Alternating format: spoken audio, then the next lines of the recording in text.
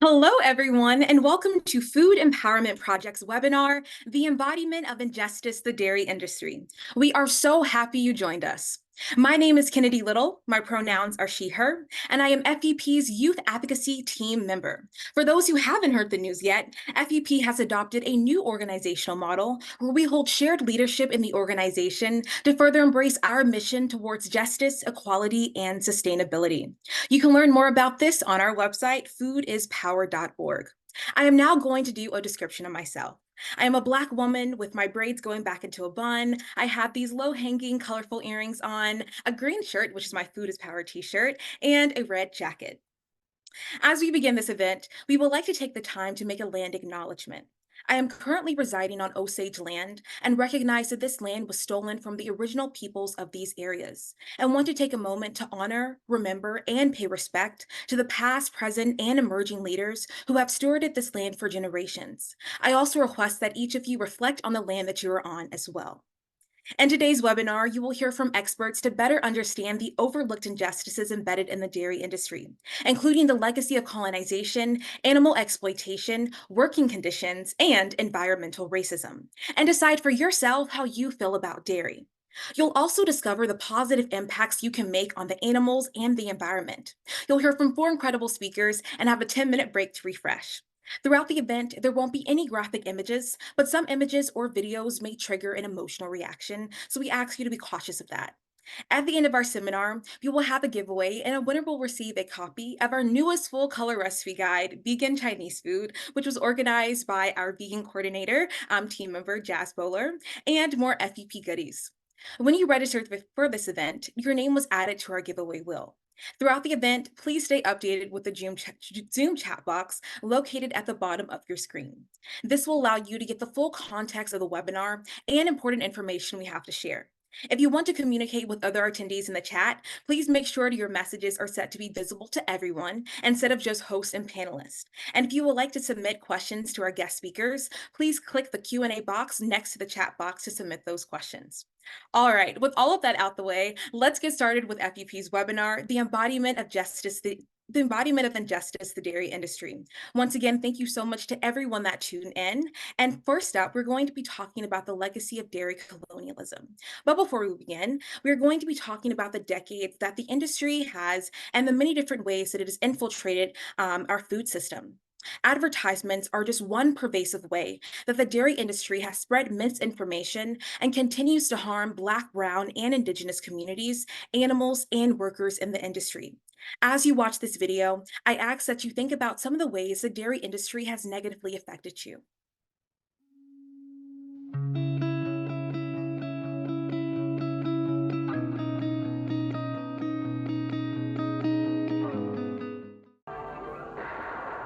Carnation Fresh Dairy Products present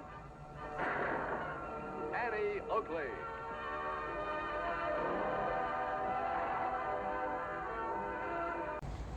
Here, Tubby, Carnation Vitaglow helps keep your weight down. Does it really work? Usually doesn't take quite that long. Well, you're growing fast, and milk can help you get a great smile and gorgeous hair. But my body, the only difference between me and the guys is this dress. A recent study has shown that calcium may reduce the symptoms of PMS. Honey, I'm home. Got milk. Clinical studies indicate 3 servings of cheese, milk, or yogurt each day can give better results in trimming waistlines than cutting calories alone. And the food pyramid will help you find the right balance. Just remember, every color, every day. Nothing can stop me now. You're me. I know. Drink this. It's working! Keep drinking! Y no bote picante que este space caliente, estamos enchilados. Feel so golden, living in the golden state with you. Feel so golden.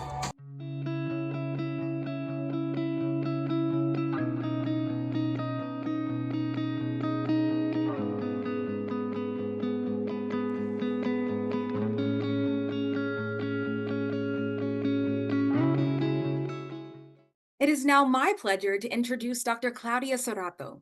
Dr. Sorato is a culinary anthropologist, chef, and educator known for her expertise in Indigenous foods and culinary practices. Her work often focuses on the intersection of food, culture, and identity, particularly within Indigenous communities.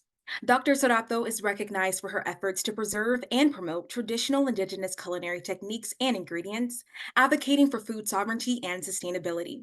She conducts research, holds workshops, and participates in speaking engagements to share her knowledge and passion for Indigenous foods. Her approach is holistic, blending academic research with hands on culinary practice, aiming to foster a deeper understanding and appreciation of Indigenous foodways and their significance in contemporary society. Dr. Sorato will be speaking on colonization and the dairy industry. Welcome. We are so happy to have you.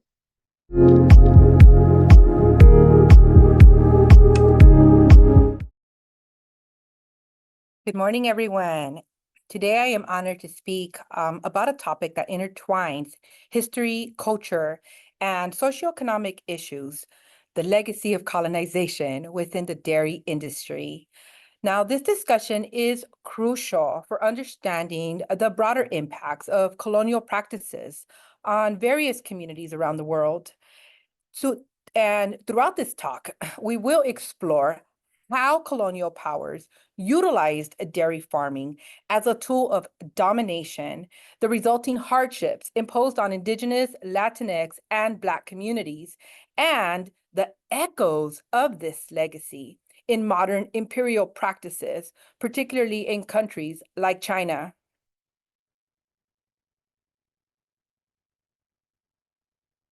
To begin, let's take a look back at the origins of dairy farming and how it became intertwined with the processes of colonization. The introduction of dairy farming to the Americas and other colonized regions was not merely an agricultural endeavor, but a calculated act of control and assimilation.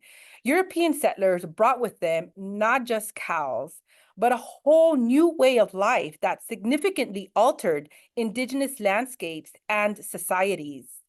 The shift from traditional land use to cattle ranching had profound economic and social repercussions. Indigenous lands were often seized and repurposed for grazing, leading to displacement and the loss of traditional livelihoods. The economic benefits were predominantly reaped by the colonizers, leaving Indigenous populations to bear the brunt of these changes. Now, let's explore how these historical shifts have specifically impacted Indigenous and Latinx communities. The introduction of dairy disrupted not only their traditional food systems, but also their cultural practices. Indigenous peoples who traditionally did not consume dairy found their diets forcibly altered. This shift was not just cultural, but it was biological, as many Indigenous populations are lactose intolerant. In Latino America, the story takes on another dimension. Here, dairy production was promoted as part of the economic development strategies, often at a greater environmental and social cost. Now, the drive to produce more milk led to deforestation, soil degradation, and other environmental issues affecting the livelihoods of many rural communities.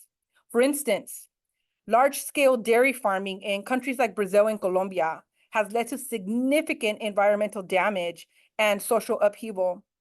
Now, these examples underscore the far-reaching impacts of dairy colonialism. Now, let's consider the impacts of dairy colonialism on the Black community. The Black community has also faced significant challenges due to the forced integration of dairy into their diets. During slavery in the Americas, enslaved Africans were introduced to European foods, including dairy, which was not traditionally part of their diet. And today, this legacy of these dietary changes there is evident in the high prevalence of lactose intolerance among Black communities. Now, this has led to numerous health issues, exasperated by dietary guidelines that often ignore these biological differences. Now, the imposition of dairy as a dietary staple continues to have detrimental effects on health. Now, for example, numerous studies have shown higher rates of lactose intolerance and related health issues among African American communities, pointing to a need, and this is what I really stress here, for more culturally and biologically appropriate dietary recommendations. Now, finally, let's examine how the legacy of dairy colonialism extends into modern imperialism, particularly in countries like China. Now, countries like China, which historically do not consume much dairy, have become major players in the global dairy market. This shift was driven by both colonial influence and modern economic pressures. The environmental and economic impacts of this expansion are profound. Large-scale dairy farming has led to significant environmental degradation, including deforestation, pollution, and this is a clear continuation of the colonial legacy, where economic benefits are prioritized over environmental and social well-being. To conclude, I'd like for us to summarize some of these key points and consider what actions we can take moving forward. The dairy industry serves as a powerful example of how colonial practices have long-lasting impacts on societies and environments. The legacy of colonization in dairy farming has disrupted traditional food systems, imposed new hardships on Indigenous, Latinx, and Black communities, and continues to influence global agricultural practices. And as we reflect on these issues, it's essential for us to consider how we can support efforts towards food sovereignty and more equitable food systems. By understanding and addressing these historical injustices, we can work towards more just and sustainable futures. And so now I'd like to open it up to hear, some reflections, some questions, or even prompt a discussion. I do want to thank you all for your attention and for being part of this important conversation. Thank you so much, Dr. Sarato, for that powerful conversation and presentation on colonization in the dairy industry. I think that you so wellly showed many different ways that colonization is overlapped and how it affects so many different people of color and modern day, and even us just like through financial from financial standpoints, because capitalism is very real within the system of colonialism and dairy. So thank you so much for that powerful presentation. One question that we have for you is that animals that are mammals, they're used in a lot of different ways for the production of dairy. So how were goats introduced to the food system here in the United States at the time of colonization, and kind of what was their role in that? Yeah, I mean, so when, like, for example, like Spanish colonialism, they arrived with, different, all their livestock. And so, it was part of that introduction.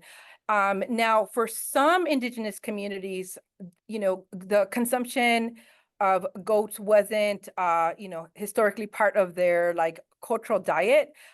So what happened is they became, like they just became steward, like they began to steward the animal. So that means nurture the animal, take care of the animal as a relative versus consuming the goat or participating in the consumption of goat's milk. Now, again, that was something that was imposed as a result of early Spanish colonialism, because the idea was that dairy or milk from non-human animals was a more superior type of milk than the human body, right? So it aligned just like the history of cows in the Americas. Thank you so much, Dr. Sarapo, for answering that. And we also see that dairy has infiltrated a lot of different ways, from medicine to what we see in the grocery store. And we have a question from Betsy that's asking, how do you think we in the medical field can start disrupting the pushing of dairy into pediatric patient care in particular?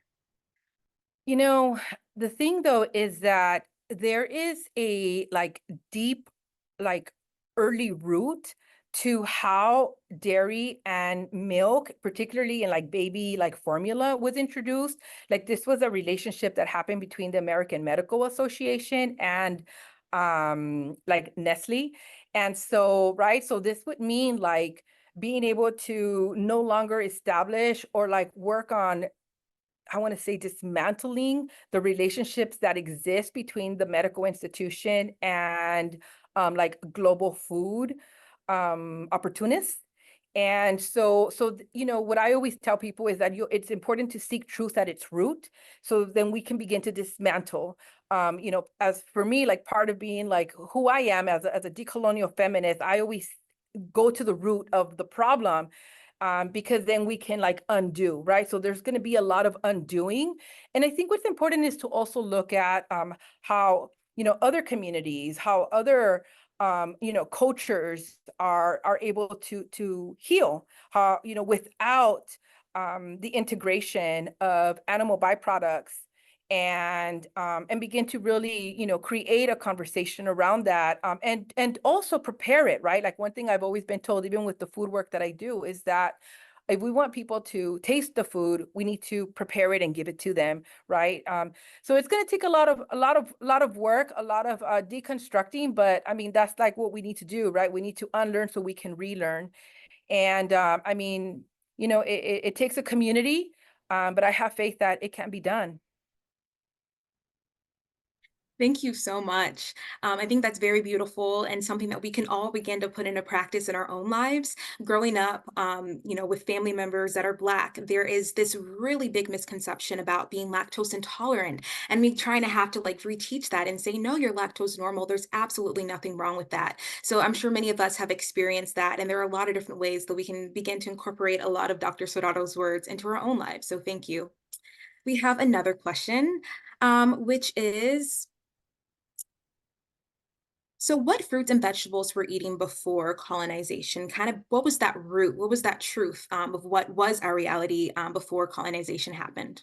Yeah. So I can speak, I mean, I can speak from like Mesoamerica, and I could also speak from the United States, but like just, you know, situating myself in my culture. I mean, there was abundant, I mean, aside from some of the fruits and vegetables that we already are familiar with, like the avocado, for example, and the tomato, there was papaya, there's pineapple, right? Like those are native to Mexico, and to, you know, Central America, even South America. You know, different types of vegetables, right? And so we have, you know, like roots. I mean, again, we have like the potatoes. We have a lot of wild quelites. Quelites are like the wild greens. And there's like over 100 of those that are, you know, accessible and available. And I also want to speak to like seeds, like there is abundant of seeds. And so, I mean, the list goes on and on. I do invite folks to visit my webpage. I do provide those resources there that folks can explore, because, you know, for me to take out that list, it would definitely take time, because there's so many. But, you know, that's the thing, is that there's this misconception that, you know, there was nothing here before, you know, the colonizers arrived. And that's not true. Like, you know, my family and my cultural heritage and my ancestors thrived predominantly on a plant-based diet, and that did consist of like corn, beans, squash, right, which are native to the Americas. That is so brilliant. I love how you hit all those different points. And colonialism is so much more than just dairy, as you mentioned. It's the seeds that we have once been able to grow that are no longer available in stores. That whole access has been taken away from a lot of us. And so it's important that we educate ourselves and look at these links, look at these websites to realize that there is so much more to our history than just what is being presented to us. We have another question from Valerie, which is, with the dairy industry having infiltrated elementary school education for decades, how do you see a way to challenge the industry? Yeah, that's a really good question. And what we're seeing now is like, for example, in California, they're pushing a new agenda, which is to bring more culturally relevant foods to to different communities. And I was recently on a panel with LA Food Policy Council that was addressing this, and it got me really excited to hear that there's like there's room on the table, right? Like now they're offering a seat at the table, I guess is what I'm trying to say, to begin to really talk about this, and to really address the importance and making those connections to like mental health, right? And seeing what those health outcomes are looking like in terms of how it's affecting like student learning, student like learning objectives when they're consuming a diet that is not more, culturally relevant, but also situated within, plants and fruits and, seeds like we're talking about. And so I feel that, there's different ways to approach this, but I'm really enjoying that policy is now there's room for policy like change from the below the grassroots to the grassroots to the organizational level. And so there's many avenues to approach this, but this is one that I'm actively kind of seeing emerge, and that I've been able to sit on a panel and have these discussions with doctors and folks from USDA and folks from public health. And so, people are starting to listen. Unfortunately, it's taken so long, but there's a need, and we see it. Our children need healthier foods, and they need fresh foods and foods that are culturally relevant, right? Because we know that's important. Research now, there's plenty of research now that's indicating that. And so so folks really want to make those changes, and because again, right, like we are responsible for the generations to come, and we need to secure that they're going to have better health outcomes. So incredible. Thank you. I feel like thank you to people like you that are keeping that avenue open so that we are able to make change. And like you mentioned before, the cultural relevancy and the cultural inclusivity of having alternatives is so very important. So thank you for that. And there are a lot of young people that are out there doing this work as well, trying to push those alternatives into their school system. So if anyone would like to check that out, they are definitely out there. And we have one final question for you. Can you speak to how corn has been colonized? Ooh, um, wow. I mean, there's so many ways, unfortunately. In Mexico alone, I mean, we're talking, again, there's so much diversity in corn. And here in the US, it's been reduced to like sweet yellow corn and white corn. So that already has become problematic. But we've also seen like the imposition during like the Green Revolution, which is like early genetic modification. And so there was like this need to produce more and make the kernels bigger. And so we've also seen that occur. And then like on another level, we've also seen like the tortilla, for example, where now they're using corn, but they're also adding wheat. And so for me, that is also a colonial byproduct, because the idea was that wheat was a superior grain or more superior than corn. So the idea was that, you would feed the European body, the, superior grains. And, throughout time, of course, and through the mestizaje, there's been this like, this culinary like mix or hybridity that has occurred. And so for me, with my decolonial lens, I'm always looking to see like, well, what are ways that we can decolonize corn? And also too, like the growing methods.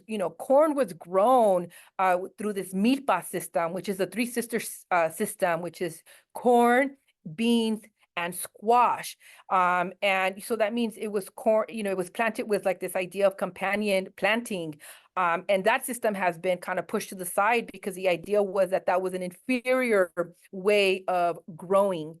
So there was an emphasis on European agriculture, right? So So we see it through agriculture, we see it through genetic modification, and we also see it through like, social cultural perspectives in terms of like, the tortilla. Incredible. And what I'm hearing is that there's so much sustainability and culture within our own heritage. And it's important to look towards those things instead of, the new and up and coming things that might not come from indigeneity. So thank you so much. And it was such a pleasure speaking with you, Dr. Sorato. Have an amazing day. Thank you. Thank you. Thank you so much to everyone that asked those incredible questions. We are really gaining more knowledge on what it means for there to be injustice within the dairy industry. So thank you so much. It is now time for us to move on to our next segment on how cows are raised for milk. But first, we are going to watch a video on how cows are raised for this milk and also the nature that they should be able to live. But before we start, we're going to go ahead and watch the video. And remember that there will be no graphic images, but some images may trigger an emotional reaction.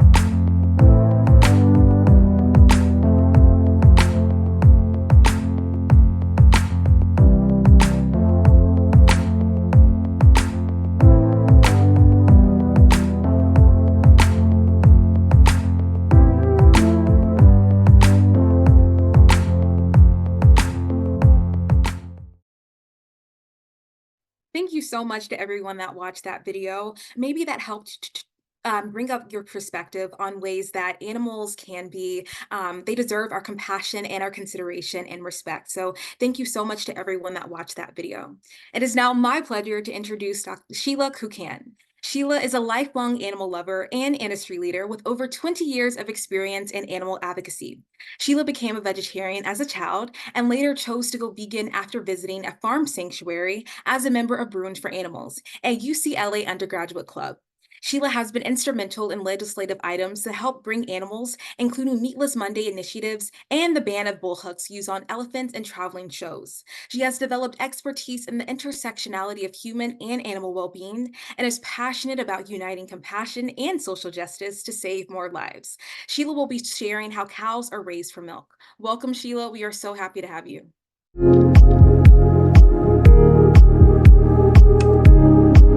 Hello, thank you for having me. I'll just pull up my presentation.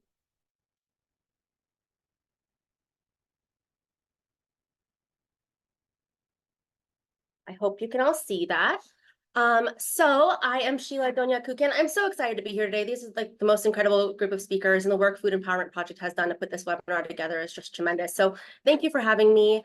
I know we talked a little bit about how disruption led to the dairy industry and the issues that we face today. And I want to talk about how we can use disruption to kind of flip that and rewrite the story for dairy cows. So I do want to say a quick disclaimer that some of the images here, while they are not graphic images, they might trigger an emotional response.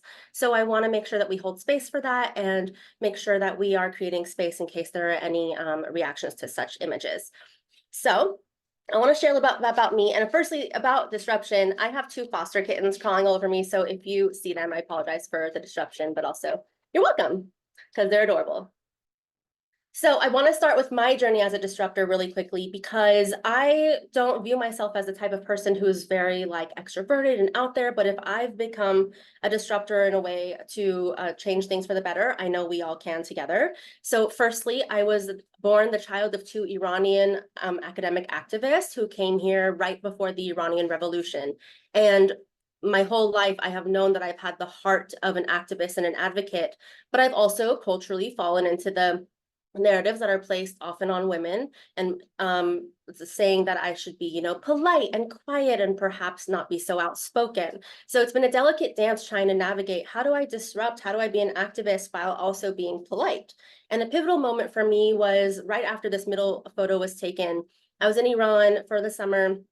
And I had, for the first time in my life, seen a butcher shop that showed me what, that hamburger that I would eat so much growing up was really coming from. And it was a big moment for me because my parents were like, just be nice, just eat the food, be polite, don't cause a ruckus, don't stress out your grandmother. And I realized at this moment that politeness is often a means of overriding our intuition, because my intuition in that moment and my instincts were saying, don't eat meat. This is not what I want to be a part of. This is not what I want to support. It's not what I want in my body. And it broke my heart.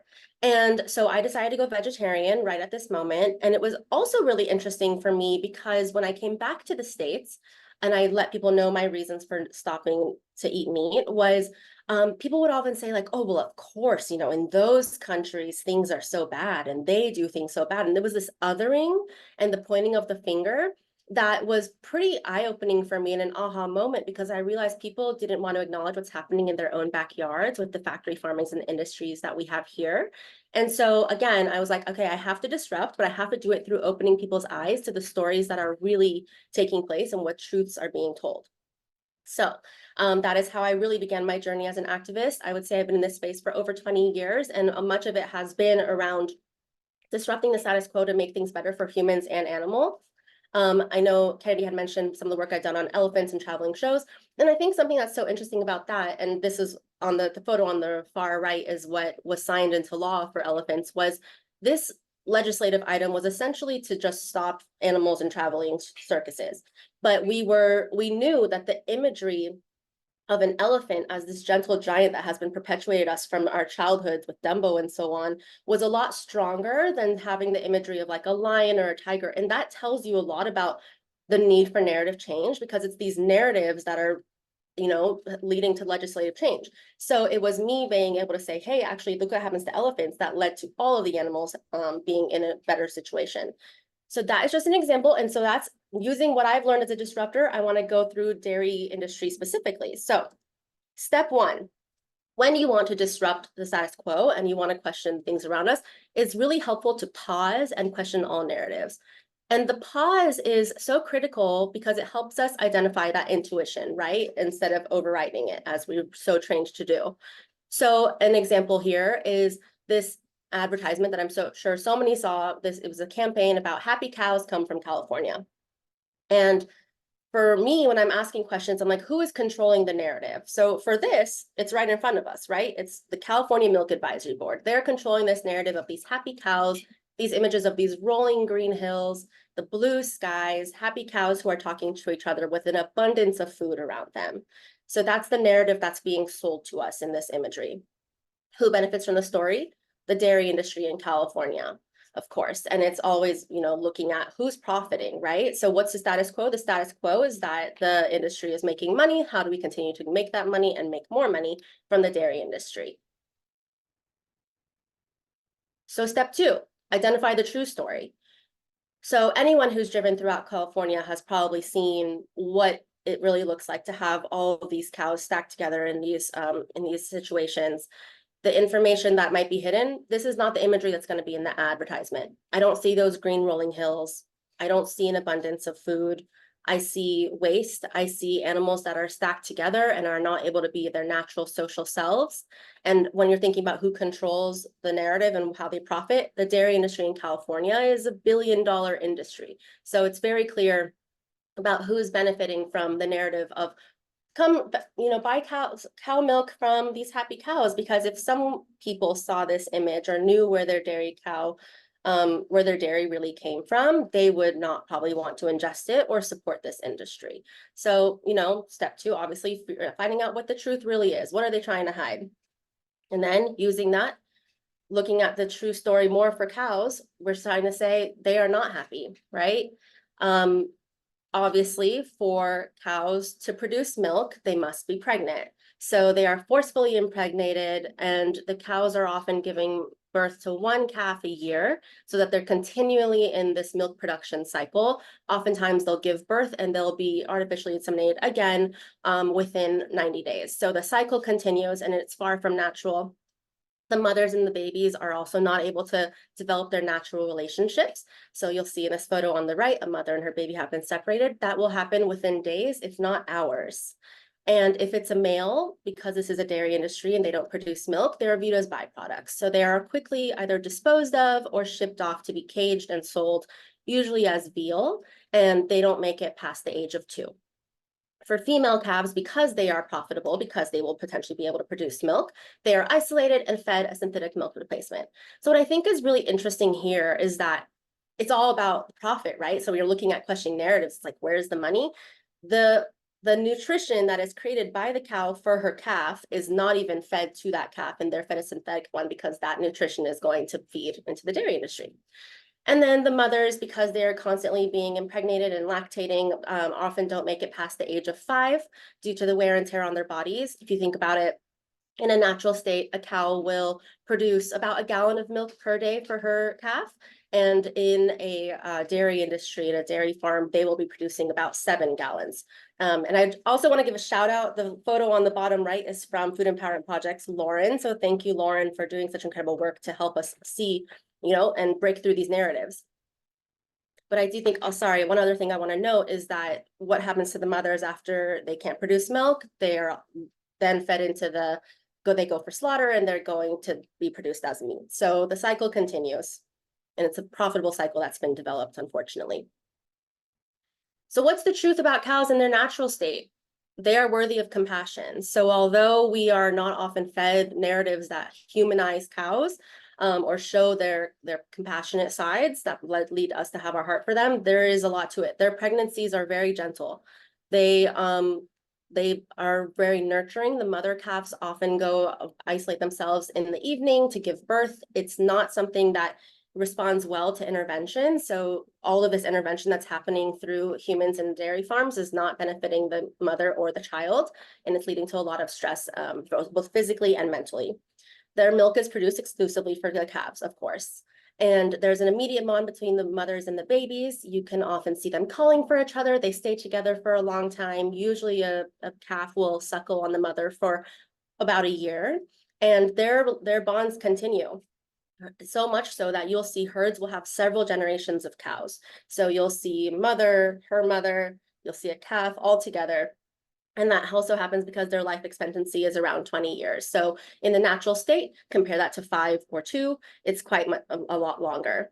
And cows also remember human faces and each other. They can recognize 50 of their peers in their own herds. They can recognize humans. This cow on the bottom right, and I have met multiple times. I like to think she remembers me, but they have the same souls, and they recognize, and they're intelligent problem solvers. They're just as smart as children, as dogs, as those that we value so dearly. And they have social hierarchies, and those are broken up where they're in these dairy farms. So it's important to note just how much of a contrast there is from what their real happy cow lives are. So what do we do, and how do we disrupt this? Easiest thing probably that we are all thinking right now is to go vegan. So it's better, of course, for the animals, it's better for your health, the environment, and the agricultural workers. It's a true intersectional solution, and it's the best way that we can disrupt immediately. The other way is that I would just always challenge us to all challenge narratives and advertising around us. So look at who's paying for this advertisement. It's a big campaign year. We're looking at what advertising is coming out towards us, what campaign messages are being reduced. Oops, sorry, that was my kitten. I think something that I've really enjoyed lately is the concept that gossip is decolonization. If we think about gossip and how it's gotten its negative connotation, it's the same thing as disruption, right? Gossip has been a means to belittle what women and minorities and our folks have been sharing with each other to keep us separated in our silos. But really, if we come together and we shout out the truths together, we can decolonize and speak out against the systems that have been placing us in those spaces. And vote with your dollars. Make sure that you're spending and investing your money where you want to create a more compassionate world. So if you know that the work and the world that you want around you is one that is more kind and produces true happy cows, invest in organizations like Food Empowerment Project. I think the best thing we can do is vote with our dollars. And that's what we've seen lately is with all these dairy alternatives, if from those before us who voted with their dollars and decided we're not going to have cow dairy. So now we have these incredible alternatives nowadays. And then just continue to connect the dots, always challenge yourself to see and break down any kind of divides that are being created in front of you. I know one thing for me is I'm always challenging myself, and when I was living in Texas, I would see these cows on these transport trucks, and their eyes are like the one on the bottom left, just so whale-eyed and terrible. And those are the same eyes that we see in dog behavior, where the dog is afraid or anxious, and it's something that you're cautious about. So what's the difference between the eye on the left and the eyes on the right, right? Why is one food and one is a friend? So I think always just continuing to challenge ourselves, point things out to friends and family, invite people to be challenging the narratives. But overall, I mean, thank you for listening. And I think my biggest message is to continue to just be kind to people and be ruthless to systems. There's these systems that are in place from colonization and beyond that have led to us being in these situations. So I know, like I said earlier, people who wanted to point the finger at Iran or point the finger at, so-and-so and how they slaughter their meat. Ultimately, it's the systems that have put us in those places, and those are what need to be dismantled through our positive disruption. So thank you for listening, and I hope we can disrupt together. Thank you so much, Sheila, for that incredible presentation. It was so compelling, and Food Empowerment Project truly appreciates your support as an organization. It is now time for us to do any questions that the audience might have. You can utilize your Q&A box, which is at the bottom of your screen. So please go ahead and type in those questions now. All right, let's see what our first question is. One question we have is that as a woman of color, can you please share some advice that you might have for others that are also, might find some relation to you, some shared experience with you, and how they can be disruptors themselves? Because it's not always easy to be brave in that way. I think the biggest thing that I found is community, and just making sure that I'm always challenging what this narrative is that's in my head, especially as a woman of color. So I work mostly in the companion animal field, and it's very clear that sometimes there are efforts to keep individuals separate, and it's through those things of saying like, don't gossip, or, salary transparency. People say it's not appropriate to talk about salary, and the reason is why? Because it often keeps women from knowing that they should be getting equal pay, or what equal pay even is. So I think the biggest thing I can say is community, and speak unapologetically. I found a community around me who we all have been actively very vocal about the genocides that are happening across the world, and it's nice to be able to speak that to truth and know that it is happening instead of being shy about it. But it takes one step after the other. It's the same thing as when we learn to walk. At first, we're going to be awkward, we're going to be stumbling, it's very mechanical, and then it's going to be like one step after the other, and eventually it becomes a smooth moving, walk that we're doing. So I've stumbled, I still stumble, but we're learning how to take one step after the other and just making it move a little bit smoother as we disrupt together. Incredible. Thank you so much. And as you mentioned before, it's about questioning those systems that are there. And if they don't align with our ethics, let's disrupt them. So thank you so much for sharing that. And there should be no shame in that. And we have another question, which is from Floor. And it says, are there milk alternatives that are easier on the environment than others? And are there any alternatives that you don't recommend? That is a great question. And I will say I'm not an expert in this field, but I do want to call out from the narrative standpoint that I know there's been this big campaign against almonds and saying that almonds take so much water. I would definitely implore folks to think about who's controlling that narrative and where is the water actually going when we look at the water and the grain and everything that's used to go to the dairy and the farming industries. That's a lot more than it's going towards almond milk. So I know we have an environmental expert coming up, and I will probably defer to them, but I would say just don't believe the hype that almonds are the enemy. Thank you so much. And then another question that we have is when you're talking about kind of painting this picture that animals really are not that different. I mean, they feel pain, they are sentient beings, and wanting to share that narrative with other people. And your cat is so cute. Oh my gosh, it's so adorable. How can we try to get other people to understand that all animals deserve compassion and that consideration, like your kitten here? Yeah, I think it's just continuing to see the connections, right? So this is my foster kitten, and I spent all this time, if anyone knows kittens, I'm feeding them every few hours, I'm nourishing them, I'm doing all that work. And I feel so, as someone who didn't even obviously birth her, I feel so connected to this little creature. So you have to think, why would a mother cow not feel the same? And so I think earlier when we were talking about the question around dairy and the pediatric units, same thing. I think if we can continue to connect and relate a mother cow to her calf, to a human and her baby, and just continuing to connect those dots, it becomes clearer and clearer in our heads. And eventually there's that switch that just pulls. So for for me, like I said, it was the eyes. It was like, how is this one's eye any different than the eyes of a cow, a goat, a pig, anything like that? And I also think we have the science now to show us the intellectual background. So we can show that cows are really great problem solvers. They can do cause and effect. So if you're saying, oh, you can get water by pulling this trigger, they can do that just like a child. So I think it helps a lot when you're around individuals or children. So as they learn, you're like, oh, my, cow that I just saw did the same thing. It's just continuing to make sure that we're connecting those bridges. And, I will say I'm probably not the most fun person around Thanksgiving, but I'm always going to be calling things out, just based off of the holiday in itself, as well as the food and the dairy that's being served. But if someone doesn't do it, I don't know what's going to happen to our planet.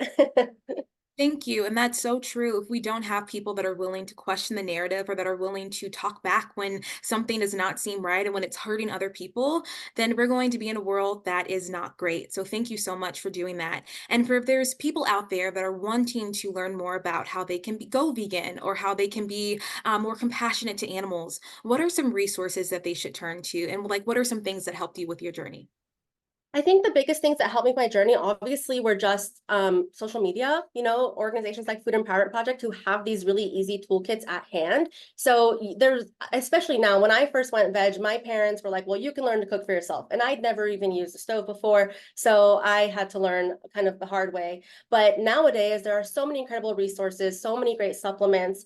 And I would say get online. It's interesting, though, even in looking up what is happening in dairy farms, it's hard to find information around the natural state. So I would say if you can find a sanctuary or an event around you so you can learn the truth, because it's going to be used to go against us. I mean, we can even see on different social media bans, there are always going to be efforts to keep us away from the truth.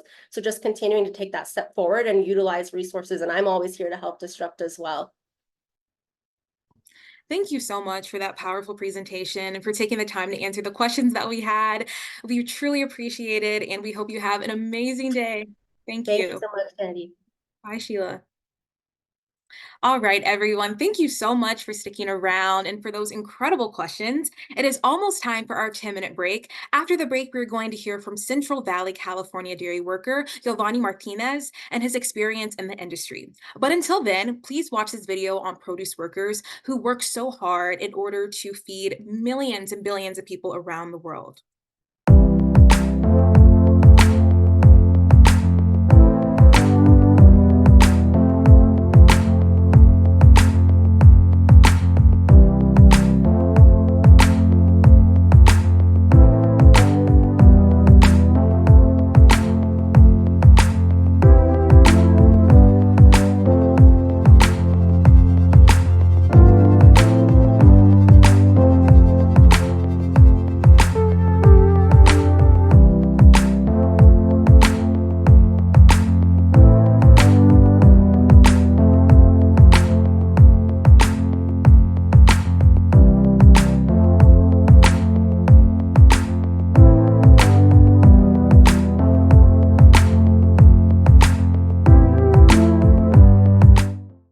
Everyone that watched that video that we have prepared. Hopefully that gave you a better understanding as to why Food Empowerment Project sees farm worker justice as such a pivotal part of our work. We are now in the second half of our webinar, and we'll begin with the experience of Giovanni Martinez. Giovanni has been a dairy worker for 3 years in the Central Valley of California. And FEP's team member, Alejandra, had the opportunity to sit down with Giovanni and talk about his experience within the industry. I'm now going to welcome Alejandra on screen to talk a little bit about what it was like conducting the interview. Thank you so much, Kennedy. And thank you so much for everyone for being here. I'm Alejandra. I'm Food Empowerment Project's communications team member. And back in April, me and Food Empowerment Project's founder, Lauren Anellis, we drove out to Central California to sit down and talk to Giovanni about the realities of being a dairy farm worker. We met up in the pouring rain, and he came out and spoke with us right after his shift. So we were immensely grateful for his time. And something that you won't hear in the interview is that he does work on a dairy farm with over 1,000 dairy cows, and most of the workers that he works with are from Central America. And something that we set up the interview to be a little bit more conversational. So you'll hear me react to what he's saying. You'll hear me ask him questions on the spot. And we're just really grateful that he sat down and just told his truths and his day-to-day experiences of what it's like being a dairy farm worker. And thank you so much to Lauren for being my right hand throughout that whole interview. And I really hope that all of you take away something from this video. And thank you all for being here. Giovanni Martínez, llevo trabajando 3 años. Pues me toca cuidar a los pequeñitos, a los babies, o sea, darles leche a mano y limpiarles donde duermen también, darles de comer, darles agua y cuidarlos. En resumidas palabras sí es algo estresante, o sea, porque son animales demasiado, o sea, son animales grandes que te pueden lastimar todo el tiempo. Y también tomando en cuenta que son animales como que, o sea, como muy sucios, o sea, sí, son animales que van a hacer del baño donde ellos quieran, ¿verdad? Entonces, no, es pésimo, sí, es pésimo, el olor es pésimo en todos los aspectos y en todos lados. También todas las máquinas son ruidosas, o sea, toda la maquinaria que se utiliza, desde máquinas, tractores, todo eso es algo que es demasiado ruidoso y eso si no te dan, o sea, como un aparato auditivo para cuidarse, pues eso termina también, pues al final del día molestando demasiado los oídos. Estamos hablando de pues, tractores que son súper grandes y tanto para uno es malo, también para el animal. Yo no pienso yo que una vaca esté acostumbrada a estar con ese exceso de ruidos, pienso yo que eso no está, o sea, no está bien para ni uno de los dos, ¿verdad? Son olor a heces y también a putrefacción, o sea, son olores fecales y como animales así en mal estado, como animales enfermos, o sea, como el olor de un animal en descomposición vendría siendo. O sea, pues también el olor se te queda en la nariz todo el día, o sea, podría ser que sí hay ciertas cosas que sí se podrían, como cuando cargas con carretas que son demasiado pesadas y tienes que cargarlas por lugares así de lodo y eso sí es pesado. ¿Y cuántas veces haces eso cada día? No, más de 10 veces, 10, 15, 20 veces pueden ser. No, podría ser que paguen menos, o sea, no me pagan tan bien. O sea, para el trabajo que se hace, que es un trabajo demasiado sucio, deberían de ser un sueldo un poco mejor. Por las condiciones de trabajo que no son tan, o sea, que son trabajos sucios, excrementos, animales y cosas así. Están tomando un producto que es para un animal, ¿no? O sea, no es un producto que sea para, o sea, se puede consumir, pero es un mejor producto que debería ser para un animal. O sea, y tomando en cuenta que no es un producto muy limpio por las condiciones en las que muchas veces se trabaja. O sea, con mucha limpieza que se le dé no podría ser algo demasiado limpio. O sea, pues viene un animal, como le repito, un animal que pues cuando lo estás tomando no lo ves, pero cuando se está ordeñando el animal va a hacer del baño, pues va a hacer sus necesidades. Entonces, eso puede caer por todos lados y va a terminar ensuciando por más filtros que le pongas y todo eso. No es un producto sano. ¿Tú oyes que su mamá está llorando para estar? Sí, claro que sí. Entonces, nomás que se defiende, pero pues al ver que es un animal indefenso, o sea, pues, obviamente trata de huir, pero sí se defienden, claro que sí. O sea, cuando tú le quitas, le extraes su cría, ella va a intentar buscarla. O sea, nomás que, pues acá como, pues ahí tienes toda la maquinaria y todas las cosas para que el animal no te ataque, pues el animal decide mejor retirarse, pero el animal siempre lo va a defender. O sea, nomás que pues como uno, o sea, pues uno tiene la herramienta, pues ellas no te, o sea, llega el punto en el que te sienten indefensas. O sea, entonces me deciden retroceder, pero claro que lo defienden. Que se siente muy bien, hablas mucho de los animales. ¿Y cómo te sientes de los animales trabajando ahí junto de ellos todos los días? Pues mal por ellos, sí, demasiado mal. No son animales que pues podrían llevar una vida mejor, claro que sí. O sea, no son condiciones que sean aptas para un animal. O sea, estamos hablando en cuenta que ahí esos animales, o sea, están o sea, comprendidos con la luz 24/7, o sea, como me imagino que también para eso debe ser muy mal el animal. O sea, no debe, o sea, no puede dormir, no sé.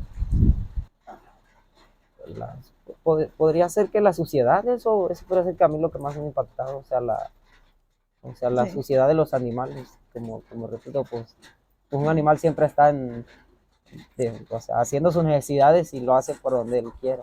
Y pues uno siempre está ahí en el contacto con ese tipo de eso es lo que... Sí. Es una buena pregunta.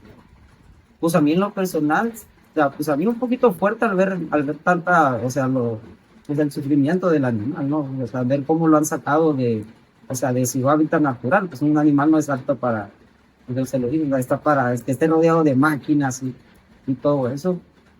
Y, y pues también ver las condiciones precarias que están en los lugares, o sea, de ver cómo viven, eso a mí me ha hecho pues, que yo diga no quiero tomar ciertos productos lácteos por las condiciones ¿va? Que veo de los... Sí.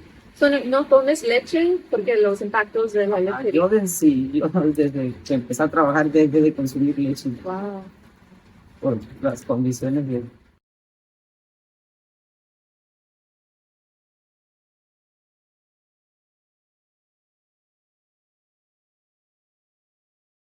For that incredibly enriching video and for Giovanni sharing his experience and for educating us on the many different ways that dairy has impacted him. I also think that it's very powerful that Giovanni no longer drinks milk, and it tells something about the system and also something about the compassion that others change and once they begin to understand the true impacts of dairy.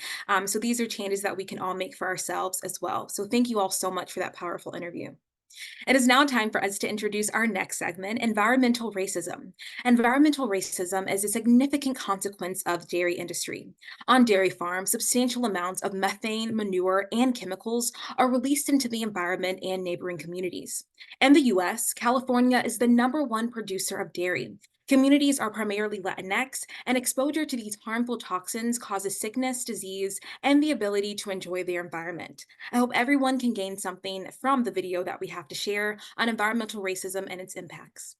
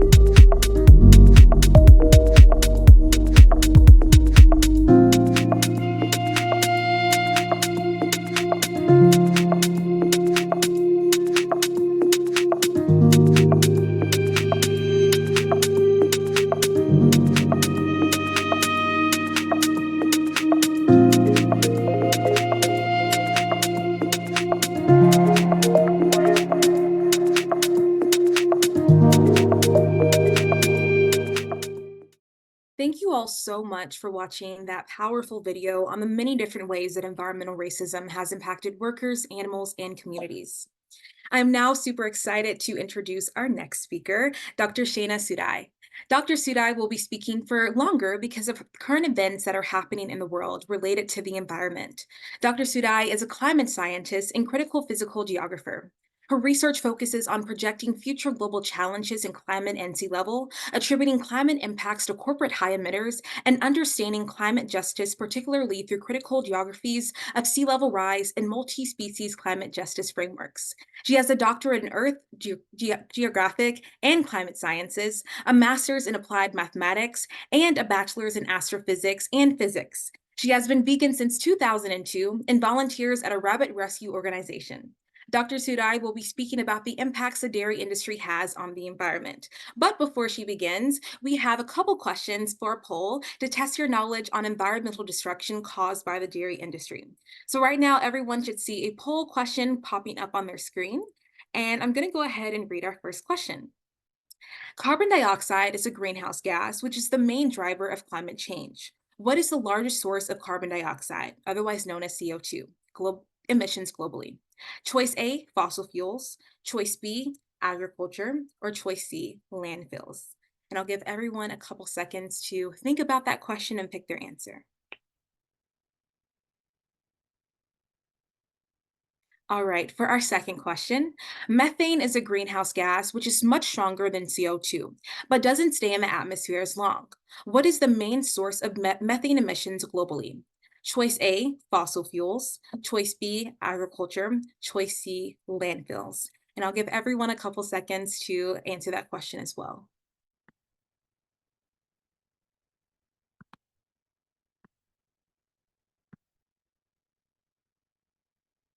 All right, well, it looks like everyone should be finished. So let's go ahead and pop up those results on screen.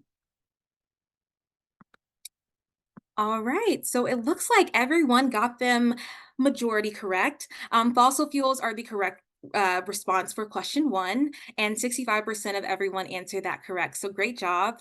And then for 2, agriculture is the correct answer, and that was 100% correct. So great job, everyone. So let's go ahead and bring our speaker on screen to talk more about these impacts. Thank you so much.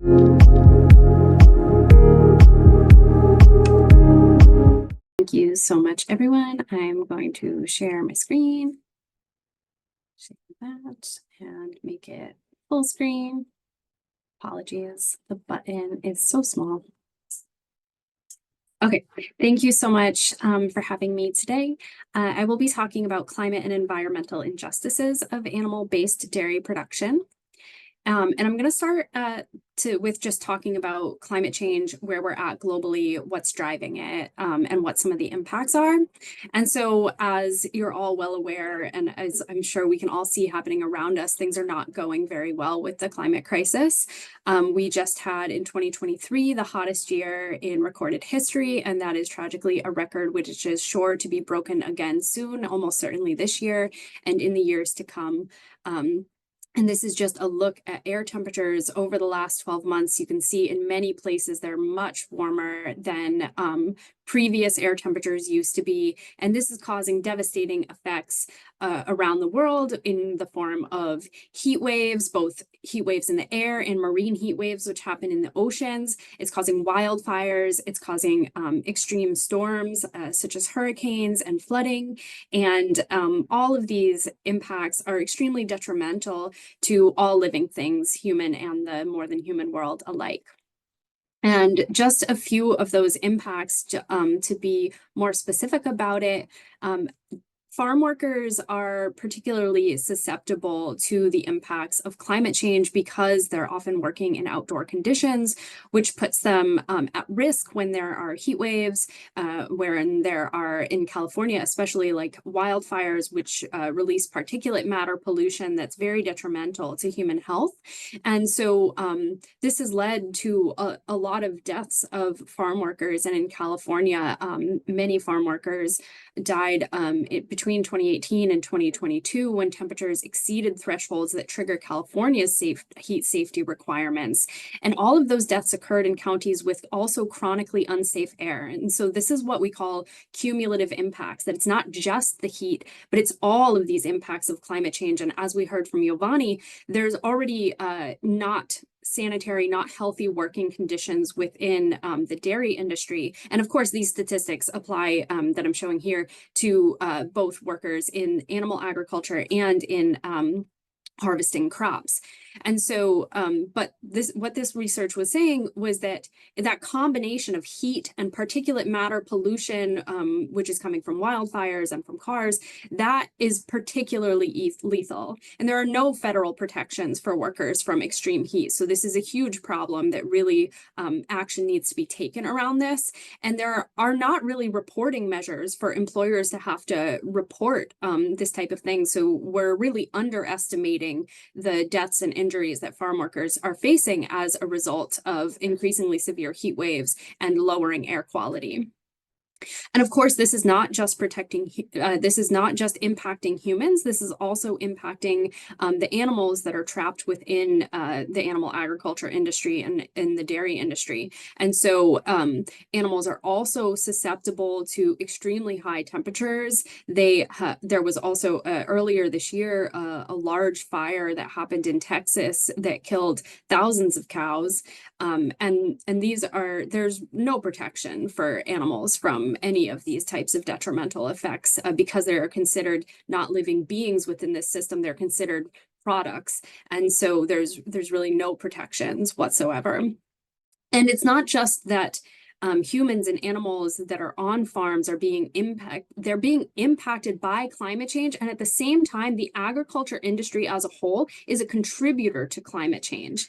And so there are, the main thing I want you to take away from this is that there are many types of greenhouse gas emissions that are coming from agricultural production. And those are nitrous oxide, carbon dioxide, and methane emissions. And particularly in the dairy sector, this is happening from enteric fermentation, which is the way that cows' bodies digest food that releases a lot of methane gas, and also from manure, which off gases also methane emissions. And this is some investigative journalism reporting about emissions in the agriculture industry that I recommend folks read.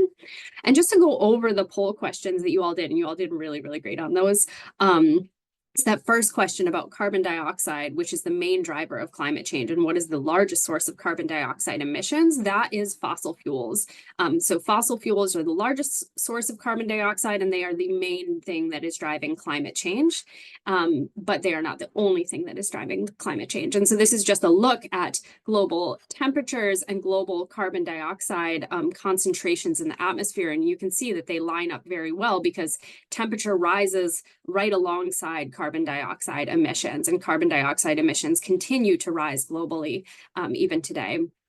And I want to point out that it's not just fossil fuels, but it is specifically a small number of large corporations that are responsible for the bulk of this. So there's 122 fossil fuel companies called the carbon majors, which are responsible for 72% of the total carbon dioxide emissions that are coming from fossil fuels and cement production from 1854 to 2022. And then looking at the question about methane. So methane is the greenhouse gas, which is much stronger than CO2, but it doesn't stay in the atmosphere as long. So CO2, once it's released, it stays in the atmosphere for hundreds of years. Methane, once it's released, it only stays in the atmosphere for about a decade. But during that decade that it's in the air, it's much stronger at trapping heat. But there's much lower quantities of methane in the atmosphere overall than carbon dioxide. And so this plot is looking at the main sources of methane emissions globally, and you can see that it is primarily coming from the agricultural sector, and it is primarily coming from animal-based agriculture, but there's also some methane that comes from rice production and other types of things. So, but agriculture is the main source globally, and it is also the main source of methane emissions produced in the United States. And again, just like the carbon majors, it is a small number of very large companies that are driving these high emissions. And I apologize that there's very small font here, but this resource will be put in the chat. This is the Emissions Impossible report on methane emissions, which shows that it is some of the largest companies, JBS, Tyson, the Dairy Farmers of America, Frontera. Those are the companies that are really driving high methane emissions globally. And so current efforts to sort of confront climate change and reduce greenhouse gas emissions, they are not currently on track to succeed. There's still a lot more work that needs to be done. And to mitigate the devastating and inequitable impacts of climate change, we have to reduce all types of greenhouse gas emissions from all sectors. So we have to be focusing on both fossil fuels and animal agriculture and other sectors as well, but especially those two, which are very high emitting sectors. But as you can see, this is just since 1990, since the start of the United Nations Framework Convention on Climate Change and the beginning of international efforts to confront climate change, emissions have only gone up, and they continue to go up every year. And I've written the last 2 years about efforts to achieve the global methane pledge. So there's the international agreement, the Paris Agreement, and there's also the global methane pledge, which is sort of linked to that. And that is specifically focused on methane reductions, but it's the approaches that have been taken so far are highly insufficient. And so countries are mostly trying to focus on reducing methane emissions by doing these small minor fixes and not focusing on the systematic or transformative change that we really need to be doing. So in terms of methane emissions from agriculture, this is often focusing on methane biodigesters, which I'll talk about a little bit later. And for fossil fuels, it's often focused on reducing flaring rather than ramping down production and having a just transition away from fossil fuels and away from animal agriculture, which is the systematic change that we really need. And so to move on to talking a little bit about environment, this answers one of the questions from earlier. So this is looking at the environmental footprints of animal and plant-based milks. And so when we're thinking about climate and environmental injustice, we don't want to ever just think about greenhouse gas emissions. We want to think about the environment more holistically, thinking about land, thinking about water, thinking about air quality. And so this is looking at a few of those metrics and comparing animal-based dairy milk to different types of plant-based milks. And we can see for greenhouse gas emissions, of course, animal-based milk production, it releases far more greenhouse gases than any type of plant-based milk. It also uses vastly more land. It also causes eutrophication far more than plant-based milks, which is nutrient runoff that can lead to oxygen depletion and really damage the environment and ecosystems. And then in terms of freshwater use, again, animal-based dairy production uses far more water than types of plant-based milks. And there is some concern about the amount of water that almond milk uses as well. And so that's something to take into account. But dairy, animal-based dairy is certainly more environmentally polluting across a range of metrics, not just greenhouse gas emissions. And so I also want to mention here on the impact of clean water and thinking about this idea of corporate accountability and the largest producers being responsible for, of course, the largest amount of pollution. Between 2018 and 2022, Tyson Farms, which is a large animal agriculture company, their processing facilities dumped 321 million pounds of pollutants directly into waterways. And this was work done by some colleagues and friends of mine, Omanjana Goswami and Stacey Woods, in their new report, Waist Deep. There's also a risk of viruses. And so we have seen bird flu is rampantly spreading in the agricultural sector. And this is causing devastating impacts to non-human communities, especially birds. And it's now made its way into dairy herds, and it's crossing between multiple species, and humans have been affected as well. And new research is showing that the way that bird flu virus is spreading on farms is through milk. So this is a quote from this article in Nature. Milk from cows infected with bird flu contains astronomical numbers of viral particles, which can survive for hours in splattered milk. This research adds to growing evidence that the act of milking has probably been driving viral transmission among cows and potentially other animals and humans as well. And we are still in the COVID-19 pandemic. It has not gone away, and it has led to the deaths of tens of millions of people worldwide and caused long COVID in tens of millions more. And the response to this has been enormously unjust and has mainly impacted already marginalized communities. COVID-19 likely started in the context of a wet market, and intensive animal farming is a very likely starting point for future pandemics. And we should all be concerned about the spread of avian flu and the way that we are already losing protections and resources in the context of the COVID-19 pandemic. And so I'm going to turn at the end here to this idea of methane biodigesters. And as we try to confront climate change, the ways that regulators and state agencies and federal agencies are trying to handle methane emissions reductions and trying to confront climate change, is it working or is it just greenwashing? And so this is methane biodigesters. They have become a very popular way for farms to claim that they are tackling climate change. And so in California, Senate Bill 1383 mandated the creation of a dairy methane biodigester pilot project. So a pilot project to test out how biodigesters work on dairy farms for reducing emissions. And this is kind of a schematic of how they work. So cows produce manure, the manure goes into a digester that is then separated into liquids and solids. Some of these are sprayed as fertilizer. And as we saw in that environmental racism video, that what this actually looks like is extremely disgusting and highly polluting. And some of it gets actually piped into the gas pipelines right alongside fossil fuel-based methane. So this is methane that is being trapped in these digesters and is mixing in with pipelines with fossil fuel methane. So as I said earlier, we need to tackle both fossil fuels and animal agriculture, but the sectors are actually working together to greenwash the ways that they want to talk about methane emissions reductions. And so within this process, methane that is trapped in these biodigesters is then used for vehicle fuel. It's sold to utilities like Pacific Gas and Electric, and they are making claims that this is reducing emissions across sectors. But the way that this is being done is extremely problematic. So the California State Grant Program is designed to reduce greenhouse gas emissions, but it actually results in the release of greenhouse gas emissions. And so as this methane is burned in transportation fuel, it releases carbon dioxide into the atmosphere. And that is, it's happening at a rate of hundreds of thousands of metric tons of carbon dioxide every year, according to a new investigative analysis from Inside Climate News. And this pollution, which comes from burning that biomethane fuel and is captured from the decomposing cow manure, is equal to the annual greenhouse gas emissions of tens of thousands of cars every year.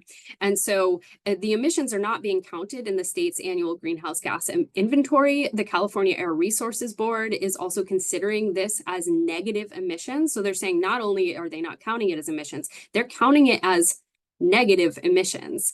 And so these emissions reductions are then being double counted across sectors. And it's greenwashing, and it's costing hundreds of millions of dollars for this one dairy methane pilot project. And then within this pilot project that's happened, there is so it's a $200 million program, and then private companies are getting some of that money to build these digesters and install them on particular farms, and then build the pipeline infrastructure that pipes that methane gas into the fossil fuel pipeline and mixes it and sends it to the utility companies. And these private companies that are building these digesters, they are, at least one of them has gone massively over budget, $8.6 million over budget, and are now asking, Pacific Gas and Electric Company is now asking the ratepayers, people just paying their electric bills, to cover the cost of this private company installing a dairy methane biodigester. These biodigesters also incentivize larger herd sizes, and they are likely causing increased pollution in the communities where they are constructed in. So this whole thing is creating sacrifice zones. It's exacerbating environmental racism. Certain communities are having to carry the load for the rest of the state, while the state boasts about methane reductions that are likely not even happening in the way that we want them to. And so this food empowerment project actually led on an effort to confront this and to ask California to not require the ratepayers, just everyday regular people, to have to cover the costs of this exorbitant overspending by these private developers that are just greenwashing solutions. And I worked with them on that, and you can check out their website. The public comment period is still open, so if you want to write a comment in opposition to this, you certainly can. And as I mentioned earlier, we do need to be addressing climate change. And so we don't want false solutions like dairy methane biodigesters. We want actual, real, systematic change and a just transition away from both fossil fuels and animal agriculture. And so, as I said, it's the largest companies that are producing the highest emissions. And so there has to be regulation on the production side to ramp down animal agriculture production and hopefully have a just transition to phase it out, ideally. And there also is efforts that can be made on the demand side, so on the consumption side. This is from one of the IPCC reports, the special report on land. which shows that a vegan diet has the greatest potential of reducing greenhouse gas emissions. And so just to summarize here, globally, we're really not on track to meet our international climate goals, and climate impacts continue to worsen all around us with highly inequitable impacts. Animal-based dairy harms the climate and the environment across a whole range of metrics. Animal-based dairy is more harmful than plant-based dairy. Large corporations like Tyson are causing the most harm. This is harming workers within the dairy industry. It is harming the animals themselves, of course, and we need systematic change, and systematic change and individual action are also interconnected. We can take action against large producers and drive change as individuals working collectively. I think I'm slightly over time, so I'll stop there. Thank you so much, Dr. Surai, for that incredible presentation and just for being so honest with us on the data that you have and just the statistics that are out there. It seems like there's so much that we can do. One question that we have is it a definite reason that the animal agriculture industry is a contributor to greenhouse gas emissions and harming our planet? I feel like there still is, to some people that doubt that the animal agriculture industry is really an issue. So can you kind of explain that to someone that might have questions still? Yeah, so it is a very heavily polluting industry. It's very detrimental to the climate and environment. And as Sheila so eloquently talked about, like it's these narratives. We're fed these narratives. And as we saw in that video earlier, there's huge, massive advertising campaigns, and there's government subsidy programs that are meant to make people feel like dairy is an integral part of our diet, like it's healthy for humans and for the planets. And those things just simply aren't true. They are the result of massive public relations campaigns, and they are the result of these narratives that are ingrained within our society and that are really detrimental. So yes, it is a highly polluting industry. It is polluting air. It is polluting water. It is driving climate change. And there is data on this within peer-reviewed studies, within the Intergovernmental Panel on Climate Change reports. And I think people are starting to learn more about it, but it is an always uphill battle to deal with the narratives that the industry themselves are putting out, because those are financed by millions of dollars in advertising campaigns. And so it takes a lot of people power to really confront that. Thank you so much. And kind of talking about that, we also have some questions, I'm sure, about greenwashing and that humane washing that happens with within the production industry of a lot of these companies that are producing these products for communities and for consumers. So what are some things that we should look out for as people that are part of a capitalistic society, but are wanting to do better and are wanting to make sure that we're shopping with our ethics? What are some things that we should look out for to know, hey, that's not truly humane, or that is not truly for the environment? Yeah, I mean, I think resources that are being shared by organizations like Food Empowerment Project, where we can look at that amazing chocolate list and see like which companies are worse in terms of and across a range of metrics. So not just the environment, but worker standards, as we see with the child labor issues in the chocolate industry. So I think it's these kind of resources and this sharing of information across people, across social media, to really get the message out and to find other alternatives, and to listen to folks that are in food production industries, like Giovanni, who's talking about what his experiences are, and to really listen to as many diverse voices as we can, and get this information wherever possible. And a few of the resources I shared, like Our World in Data, where I had that slide comparing water and land and greenhouse gas emissions, that whole website is a really amazing resource. They take peer-reviewed scientific studies and they make them into those little infographics that just summarize the information really clearly. And so I think that can also be helpful for getting an idea of the broader environmental impacts of a range of different things. Thank you so much for that question. And I know, or for that answer. And I know that's going to be very helpful for me when I'm trying to spot out different corporations and what they're producing. Another question we have is, what do you say about environmentalists who do not censure the food industry or just ignore the suffering of animals, or just like the emissions that these companies produce? Yeah, I think it is always hard, like, because fossil fuels are the main driver and they've been so central to a lot of efforts, sometimes like people will focus on that to the exclusion of other things, but really when we think about the global Paris Agreement and that goal of keeping the temperature rise from not going above 1.5 degrees Celsius, we have got to deal with methane emissions, and agriculture is the main driver of methane emissions. And so if we want to have a hope of meeting our goals, we absolutely have to be bringing this into the conversation more, and we have to be having that conversation about the need to confront both fossil fuels and animal agriculture and the ways that these industries are working together and mirroring each other. So like we saw in that California dairy biodigester program, it's the fossil fuel companies and the agriculture companies are both benefiting from this greenwashing scheme that has been brought up. And they're also, like the fossil fuel industry and the animal ag industry are also using a lot of the same tactics in terms of their public relations campaigns, in terms of the way that they use their political power to try to influence the decision-making process, both at the national and international and also state levels.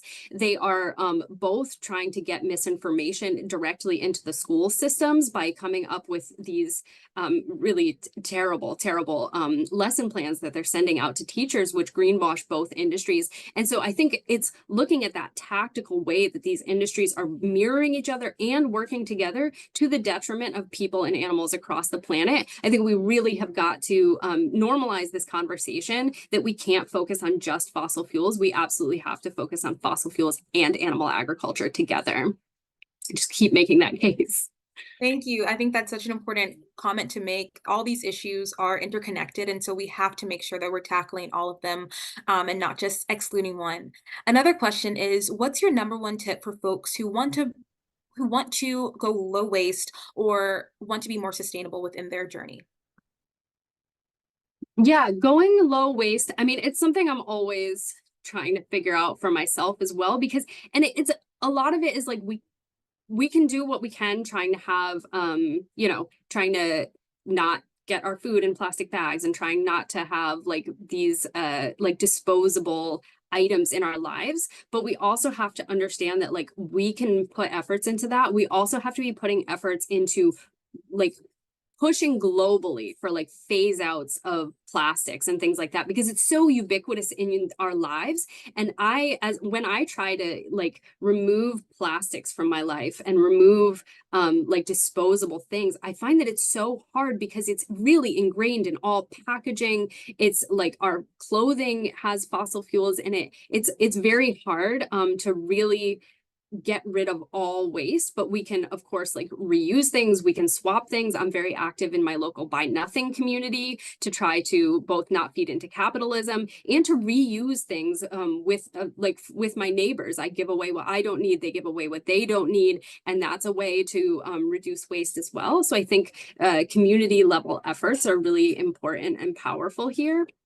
And to think about like what we actually need to buy and who we want to be supporting when we buy it. I think that's also a really big part of it. Thank you so much. That's such a great tip. And then we have another question. Our final question is from Betsy. Do you have thoughts, and this is a kind of long one, but I'm going to read through all of it. Do you have thoughts about how to divest as a worker paying into retirement plan with diversified portfolios from harmful chemicals? So how to divest from those harmful chemicals. Is there truly green investing to benefit the environment, humans, non-human animals, or is it a matter of challenging the system of capitalism at its root? Great question. Yeah, this is a really good question. And I'll be honest, it's another thing that I struggle with as I'm trying to make that journey as well. So in terms of like truly green investing, I haven't found anything that feels perfect to me. What I've done is there's a website, I will find it and put it in the chat, where I divested, last year was the first time in my life that I've even had this option of having a retirement plan and being able to like choose what it's invested in. And I divested mine from fossil fuels, agriculture, weapons manufacturers, and gun manufacturers. And even after I divested from all of those things, what I was left with were still industries that I did not feel very good about. And so I've heard some like more community level investment things. Some friends of mine in Boston have talked about that, but I haven't really found it's very, very hard to divest all of our money from things that we do not want it going to. And as we see when we pay our taxes in the United States, it's going to a lot of things that many of us do not want to support at all. And so, yes, I think simultaneous to doing whatever harm reduction we can within our own investments, if we have investments, but really having to go after capitalism at the root, because until capitalism is gone, I think we will still have ways that our money is being used for things that we really don't want it to be used for. And it's a terrible system, unfortunately. Absolutely. And it has a way of trying to pull people back in, even, if we refute the system. So thank you for that. And then one last question from Stuart. How can people contact you about your work? I make the attempt to be active on Instagram, but I'm often, I'm not that consistent. So Instagram is the main place that I'm like active online. I have a website that I'm trying to keep more updated. I currently have a lot of blogs that I write on the Union of Concerned Scientists blog, but yeah, probably Instagram's the main way to keep up with what I'm doing, and I will try to be a little bit more consistent in being active there. Amazing. I'm sure you're very busy, so thank you again for taking the time to speak with us and for sharing your expertise. I have learned so much, and all of it is just so relevant to our modern day. And so thank you so much for sharing that. Thank you so much, Dr. Shana. Bye. Bye. Once again, thank you to everyone that has asked such amazing questions, and that is really nourishing to our minds as we continue on with this session. But we are not over yet. We still have quite in store for you all. I hope that everyone has gained a perspective that will help you bring justice to our food system, and you might even be thinking of future webinars you would like to see from Food Empowerment Project in the future, or maybe even some feedback that you would like to share. So we are going to put a survey in the chat, and if you have time to fill it out now, we will be so grateful for that. And if you don't, then we were going to follow up with an email that's going to contain a video of this webinar, and also it's going to have a survey in the email as well. So please check that out if you don't have the time to fill it out now. But if you do choose, please go ahead and fill it out. And we ask that you all complete this within a week. So I'm going to give everyone a chance to take a look at that survey. Thank you all.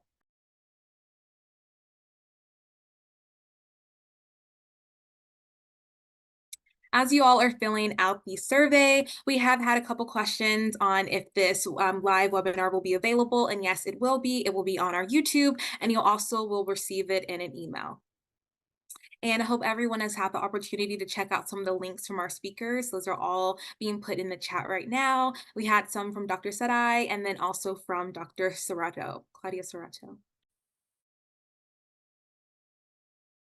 All right, thank you so much to everyone that took some time to fill out that survey. And it's now time for us to move on to our giveaway. If you automatically registered for this event, then your name was put onto our wheel for the giveaway. And what you will receive is our Food is Power t-shirt and our newest vegan Chinese food recipe guide. So we are spinning the wheel now to see who will be our lucky winner. Let's go ahead and give it a spin.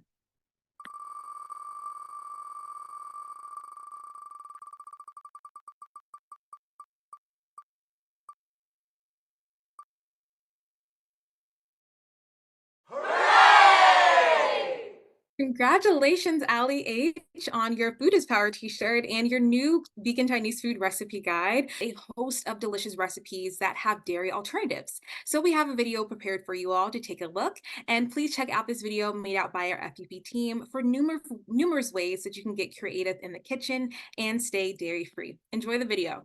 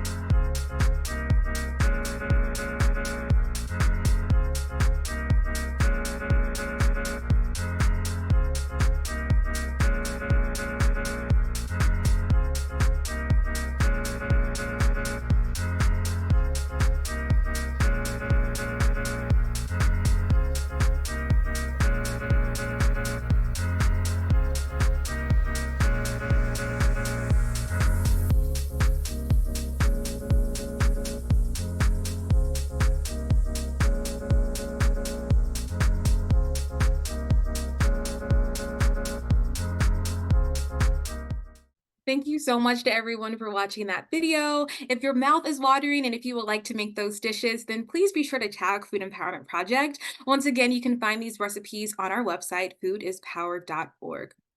This is the end of our webinar. Thank you to all of our incredible panelists and participants and audience members.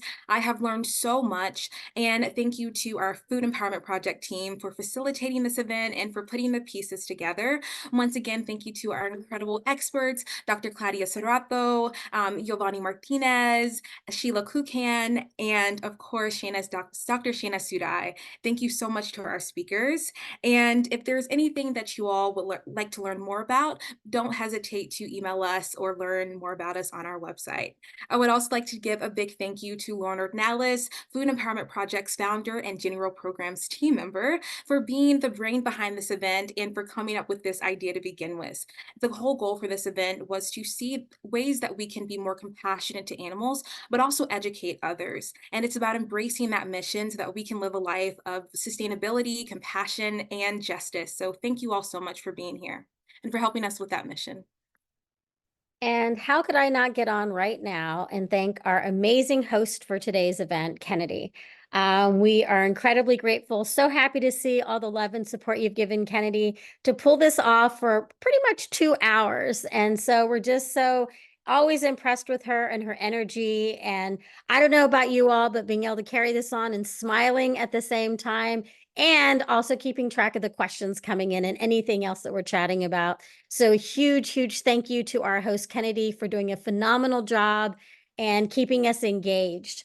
Also want to make sure to thank all of you who participated in our pre-event survey. It really means a lot to us to get your feedback on when these events can occur because we want you to be here. So thank you so much for answering these surveys. We are listening to your voices. You are a part of everything we do and why we want to do them. So thank you so much for that. And again, if you can be sure to answer the post-event survey. We have ideas on other ones we'd like to do, but we'd like to hear about from you on what you might to hear from. So thank you so much for spending some of your Saturday with us and really wishing you a lovely rest of your weekend.